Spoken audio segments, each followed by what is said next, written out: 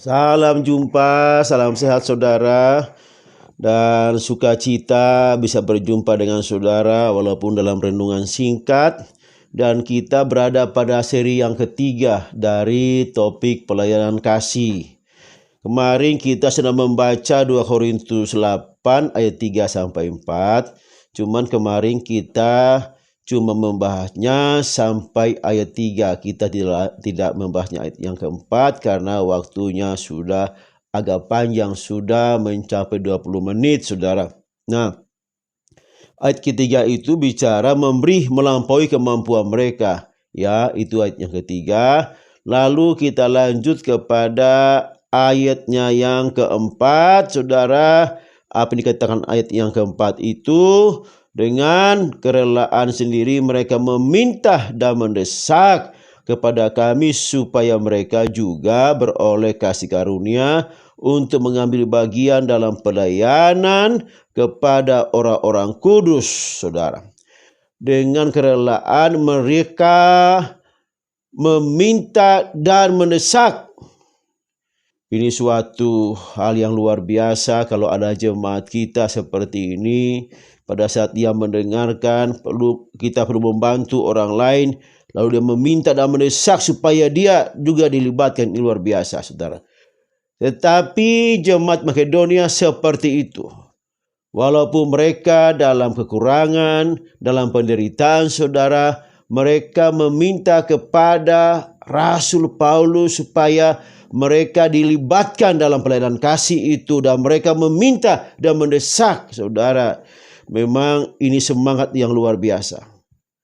Orang yang punya semangat ini, saudara, yang bisa menolong orang lain. Dia punya semangat walaupun dalam penderitaan, walaupun dalam kesukaran, kekurangan, dia punya semangat. Dan memang ini penting, saudara. Semangat ini yang mengalahkan penderitaan kita, saudara. Nah, saya bacakan buat kita. Amsal 18 ayat 14. Orang yang bersemangat dapat menanggung penderitaannya, tetapi siapa akan memulihkan semangat yang patah, saudara. Jadi yang bisa memulihkan semangat yang patah adalah pertolongan Tuhan dan saudara sendiri.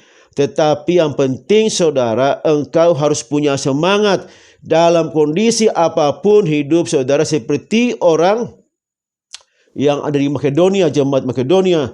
Walaupun dalam kekurangan mereka, dalam ketiadaan mereka, dalam soal materi mungkin kurang, saudara, tetapi ini ada semangat. Kita perlu menghadirkan semangat yang seperti yang ada sama jemaat Makedonia, saudara. Jadi semangat itu untuk apa, saudara? Dalam penderitaan kita dapat menanggung penderitaan itu dengan kita bersemangat. Jangan sampai semangat kita ini pudar. Jangan sampai kita ini tertekan, saudara. Jangan sampai kita ini loyo karena kita mengalami penderitaan demi penderitaan, kesusahan demi kesusahan. Kita menjadi orang-orang yang malas akhirnya. Tidak, saudara. Jangan seperti itu. Harus seperti orang Makedonia. Walaupun dalam penderitaan mereka, kesukaran mereka, kesulitan mereka, mereka tetap semangat untuk bisa membantu. Bukan cuma hidup, tetapi mereka bisa membantu, saudara. Membantu berarti apa? Mereka mengeluarkan mereka mengeluarkan yang ada kepada mereka, yang ada sama mereka di dalam hidup mereka, dan yang ada itu mereka siapkan untuk bisa membantu orang lain. Itulah semangat, saudara. Dan yang kedua, saudara, yaitu yang pertama, harus punya semangat dalam penderitaan kita. Ya, yang kedua, kita harus punya kerinduan. Walaupun dalam keadaan apapun, kita punya kerinduan. Dan orang-orang seperti ini, saudara, yang mendesak, meminta, karena mereka punya tujuan bahwa mereka punya kepentingan. Dan kepentingan itu, kepentingan orang lain itu lebih mereka utamakan daripada kepentingan sendiri, saudara.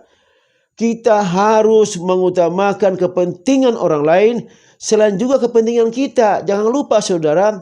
Nah, mungkin kalau saya berkata kita mengutamakan kepentingan orang lain, saudara, kita mencari kepentingan orang lain, saudara, maka mungkin saudara mencibir, Pak Doni, ini udah susah saya udah kekurangan, mana mungkin saya mikirin orang lain, saudara. Bikin diri sendiri aja udah nggak kuat dengan kekurangan yang ada. Mana mungkin saya mikirin orang lain, tapi semangat yang ada ini, yang sama Makedonia ini, dia bisa, saudara. Dia lebih mengutamakan, ternyata dia dia dalam keadaan itu, tapi dia lebih mengutamakan orang lain daripada dirinya sendiri, saudara.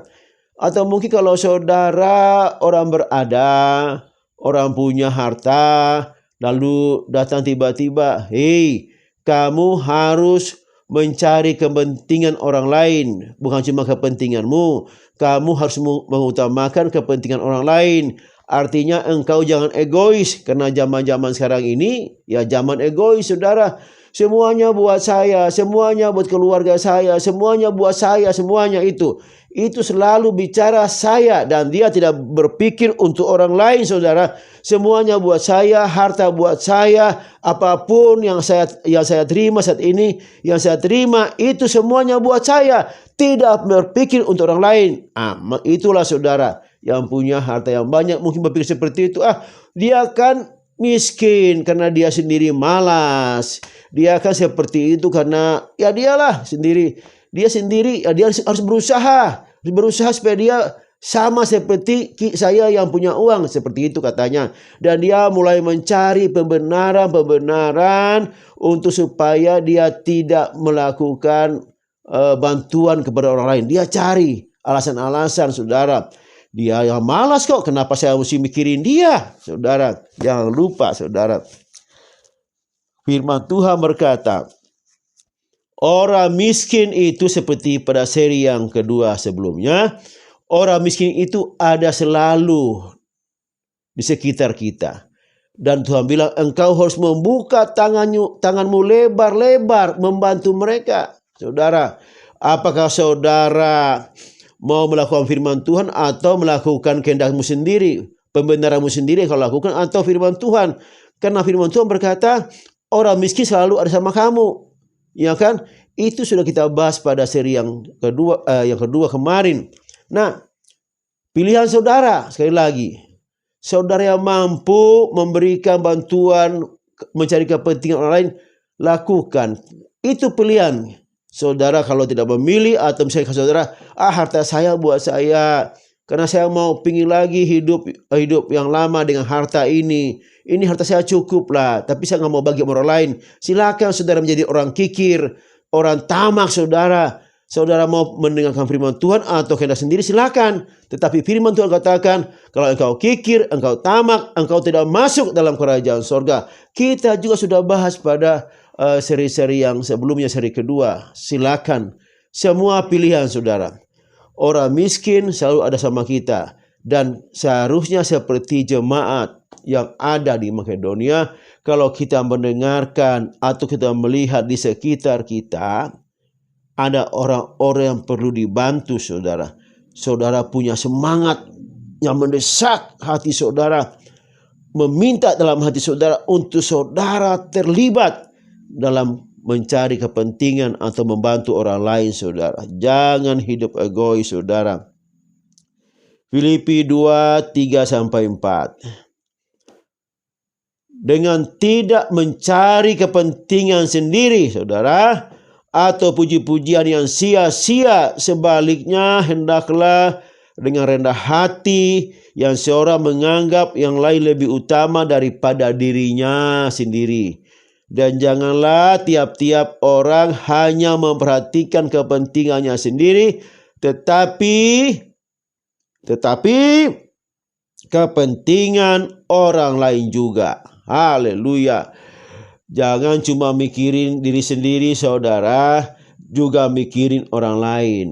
Karena itu kita diberkati supaya menjadi berkat, saudara. Sekali lagi, kita diberkati bukan untuk ditimbun bagi dirimu sendiri, bukan untuk disimpan bagi dirimu sendiri, tetapi untuk memberkati banyak orang, saudara. Apa yang sudah dilakukan Yesus, saudara? Yesus sendiri tidak mencari kepentingannya sendiri, saudara. Tetapi ia mencari kepentingan kita. Dia datang ke dunia ini untuk kepentingan kita. Jangan lupa itu, saudara.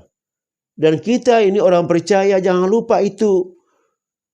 Kita sebagai orang percaya mencari kepentingan orang lain karena itu perintah Tuhan. Jangan jadi orang percaya, jadi orang egois, saudara. Sama seperti Kristus sudah berikan contoh kepada kita. Dia datang oleh karena dia mencari kepentingan kita, yaitu keselamatan buat kita, saudara. Itu yang paling penting dalam hidup kita. Dia mencari itu buat saudara. Dan dia datang mengosongkan dirinya menjadi manusia dan menderita. Sampai penderitaan yang tidak ada lagi pada level yang paling bawah ini. Tidak ada lagi penderitaan seperti itu. Dia lakukan. Supaya apa? Supaya engkau selamat. Itulah kepentingan yang dicari Tuhan Yesus. Dia tidak mencari kepentingan diri sendiri, saudara. Kalau dia cuma mikir diri sendiri, ngapain dia turun dari sorga buat kita? Ngapain dia mengosongkan diri yang menjadi manusia buat kita? Saudara, ini yang sudah dilakukan Yesus buat kita. Kita juga harus lakukan. Saudara, mari kita baca Filipi 2 ayat 5-8. Hendaklah kamu dalam hidupmu bersama menaruh pikiran dan perasaan yang terdapat juga dalam Kristus Yesus, yang walaupun dalam rupa Allah tidak menganggap kesetaraannya dengan Allah itu sebagai suatu milik yang harus dipertahankan, melainkan telah mengosongkan dirinya sendiri dan mengambil rupa seorang hamba dan menjadi sama dengan manusia, saudara. Ini yang Tuhan sudah lakukan dalam hidup kita, saudara. Dan ini menjadi contoh buat kita. Jangan egois. Selain engkau mikirin dirimu sendiri, jangan lupa pikirin orang lain. Lihat sekitar kita, apa yang kita perlu bantu, terutama orang-orang yang seiman dengan kita. Jangan membiarkan dirimu punya alasan pembenaran diri sendiri supaya saudara tidak membantu orang lain. Karena ini perintah Tuhan, saudara. Dan kemudian kita masuk pada ayat yang kelima, saudara. Ya, ayat yang kelima dikatakan, mereka memberikan lebih banyak daripada yang kami harapkan. Mereka memberikan diri mereka pertama-tama kepada Allah, kemudian oleh karena kehendak Allah juga kepada kami, saudara. Luar biasa ini orang-orang Makedonia ini. Luar biasa kalau kita seperti ini, saudara. Jadi, saudara, sebelumnya kita telah belajar bagaimana orang Makedonia ini menerima sukacita, kasih karunia sukacita. Bagaimana orang Makedonia ini menerima karunia kemurahan dalam hidupnya mereka. Bagaimana mereka memberi melampaui kemampuan mereka. Dan tadi kita belajar mereka mendesak dengan kerelaan hati mereka, saudara. Mereka mendesak dan meminta supaya terlibat dalam pelayanan kasih ini, saudara. Ini adalah kasih karunia yang mereka terima, saudara. Kalau kita bicara apa kasih karunia itu, sebenarnya kasih karunia itu adalah hadiah dari Bapa di sorga yang sebenarnya kita tidak layak untuk menerima, tetapi itu diberikan. Anugerah yang luar biasa Tuhan berikan kepada kita. Mestinya kita tidak layak, saudara, untuk menerima itu. Itulah kasih karunia. Tetapi Tuhan berikan kepada jemaat Makedonia sukacita, kemurahan, saudara. Kalau tidak ada kasih karunia ini, mana bisa orang Makedonia dapat melakukannya, saudara. Ada perintah Tuhan, saudara, yang mereka terima dan mereka merespon, saudara. Jadi kalau ada perintah Tuhan bagi kita, kita harus bisa meresponnya, saudara. Maka apa yang menjadi bagian dari firman Tuhan itu menjadi milik kita. Respon saudara itu sangat penting kalau ada firman Tuhan. Demikian juga kalau hari ini saya bicara cari kepentingan orang lain, maka biarlah masing-masing kita jangan mencibir. Oh seperti itu, oh semuanya. Jangan mencibir. Karena ini perintah Tuhan, saudara. Saudara harus ambil bagian di dalamnya. Jadi ayat yang kelima berkata tadi, mereka lebih banyak dari yang dari Paulus harapkan. Ternyata apa yang mereka berikan Tidak seperti Paulus bayangkan. Ternyata mereka lebih, bukan cuma materi yang mereka berikan saudara, bukan cuma hal-hal jasmani yang mereka bantu, tetapi juga mereka memberi diri mereka, terutama pertama-tama kepada Allah, kemudian oleh kehendak Allah juga kepada kami. Itu memberi diri mereka saudara. Wah, luar biasa saudara, kita melihat orang-orang seperti ini. Mereka memberi lebih banyak dari yang diharapkan saudara. Nah saudara, kita juga pernah membaca dari renungan-renungan sebelumnya atau di Alkitab, bagaimana orang-orang merespon perintah Tuhan bagi mereka pada waktu ini. Contohnya saya bisa ambil juga pada waktu mereka mau mendirikan kemah suci, pada waktu mereka dalam perjalanan di padang gurun. Pada waktu itu Musa diperintahkan Allah untuk membuat kemah suci, dan bentuknya sudah ada, sudah disiapkan, sudah ada dalam pikirannya Musa, karena Tuhan yang siapkan, karena Tuhan yang perintahkan. Dan dari mana mereka mengumpulkan itu saudara? Mereka mengumpulkan dari orang-orang yang bersama-sama pada waktu itu. Dan memang luar biasa, mereka kumpulkan sampai mereka dihentikan.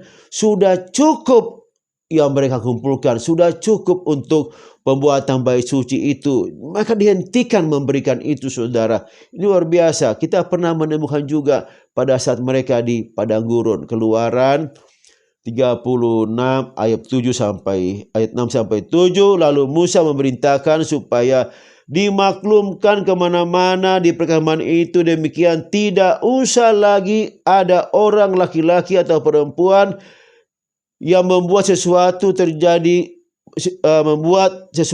menjadi persembahan khusus bagi tempat kudus.